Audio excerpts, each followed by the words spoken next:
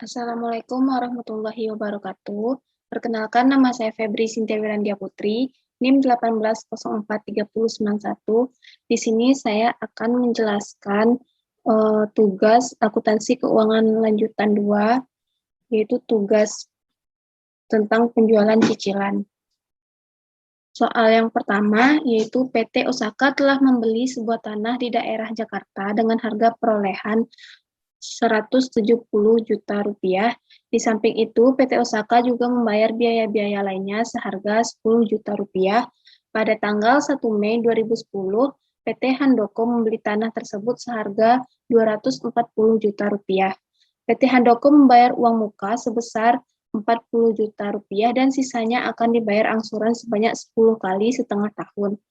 Setiap kali angsuran 20 juta, PT Osaka mengenakan bunga 18% per tahun terhadap sisa angsuran. Komisi dan beban penjualan dibayar tunai sebesar 2% dari harga jual.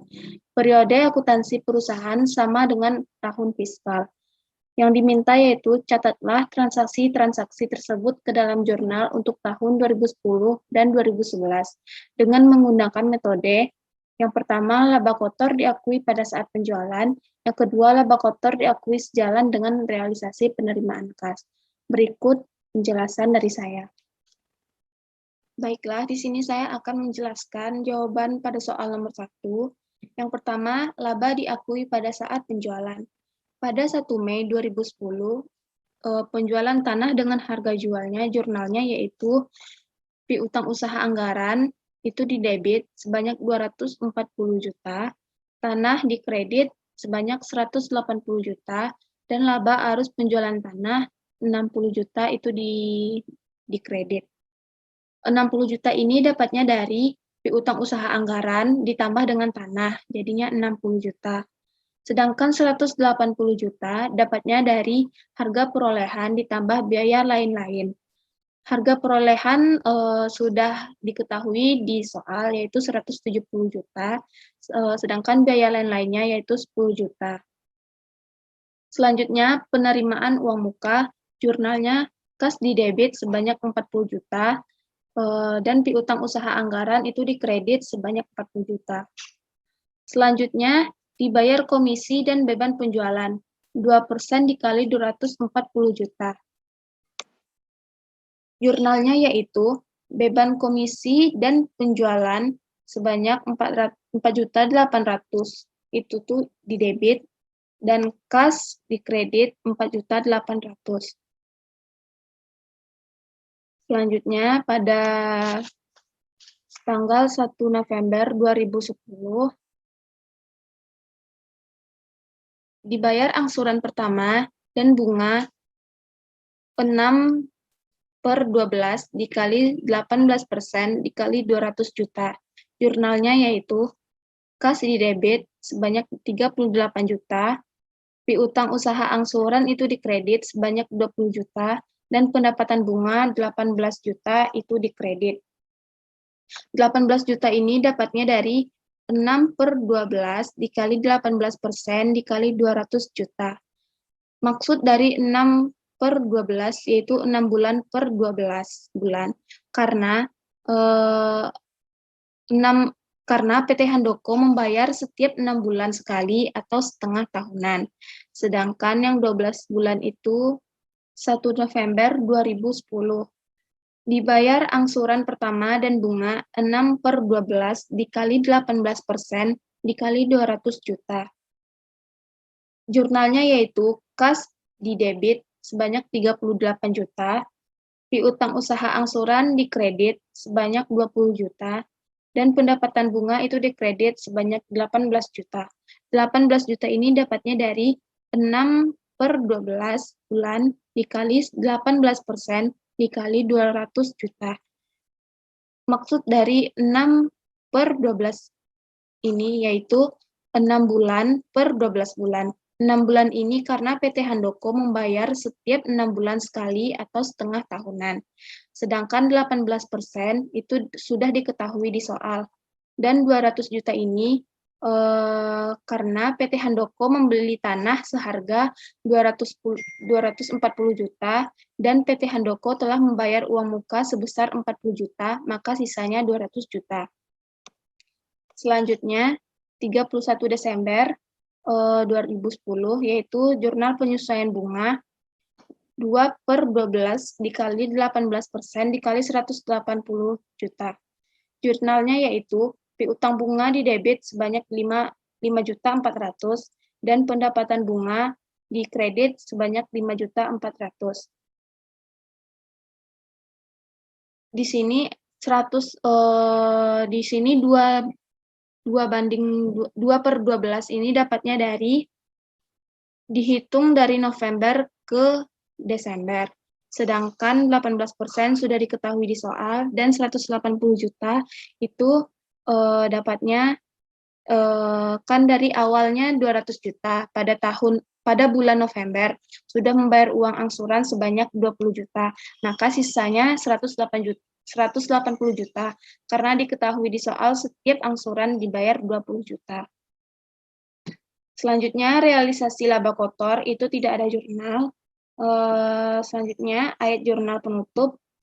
Jurnalnya yaitu di laba atas penjualan tanah di debit sebanyak 60 juta. Pendapatan bunga di debit sebanyak 23.400.000 dan beban komisi dan penjualan itu di kredit 4.800.000. Selanjutnya, ikhtisar rugi atau laba itu 78.600.000. 23.400.000 ini yaitu jumlah semua pendapatan bunga. Sedangkan 78.600.000 ini dapatnya dari laba atas penjualan tanah ditambah pendapatan bunga dikurang beban komisi dan penjualan komisi penjualannya, jadi totalnya itu 78.600.000. Selanjutnya, pada tanggal 1 Januari 2011, ayat jurnal pembalik. Jurnalnya yaitu pendapatan bunga di debit sebanyak 5.400.000 dan piutang bunga itu di kredit sebanyak 5.400.000. Kita membuat jurnal pembalik berdasarkan jurnal penyesuaian pada tanggal 31 Desember 2010. Selanjutnya, 1 Mei 2011, penerimaan angsuran dan bunga 6/12 dikali 18% dikali 180 juta. Jurnalnya yaitu kas di debit sebanyak 36.200.000, piutang usaha angsuran itu di kredit sebanyak 20 juta, pendapatan bunga itu di kredit sebanyak 16.200.000. 16.200.000 ini dapatnya dari 6/12 dikali 18% dikali 180 juta. 6 ini maksudnya 6 bulan per 12 bulan. Sedangkan 18% itu sudah ada di soal. Dan 180 juta ini metodenya sama dengan yang pertama. Selanjutnya 1 November 2011. Penerimaan angsuran dan bunga.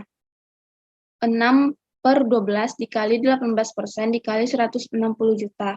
Jurnalnya yaitu kas di debit sebanyak 34.400.000, piutang usaha asuransi itu di kredit sebanyak 20 juta, dan pendapatan bunga itu di kredit sebanyak 14.400.000. 160 juta ini dapatnya dari dikurang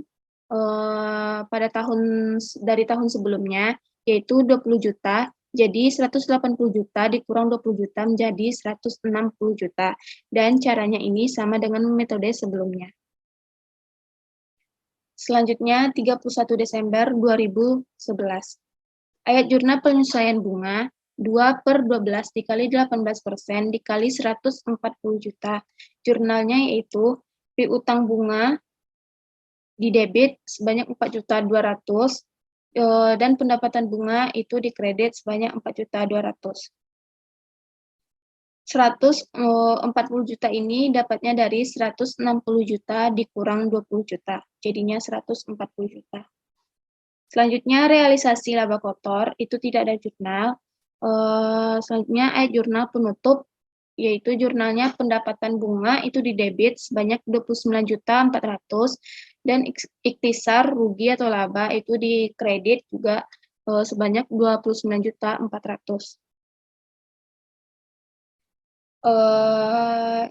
Selanjutnya yaitu yang B, laba kotor diakui sejalan dengan penerimaan kas. 1 Mei 2010 itu penjualan tanah seharga 240 juta. Jurnalnya yaitu piutang usaha angsuran sebanyak 240 juta itu di debit, tanah 180 juta itu di kredit, dan laba kotor yang belum direalisasi itu sebanyak 60 juta itu di kredit.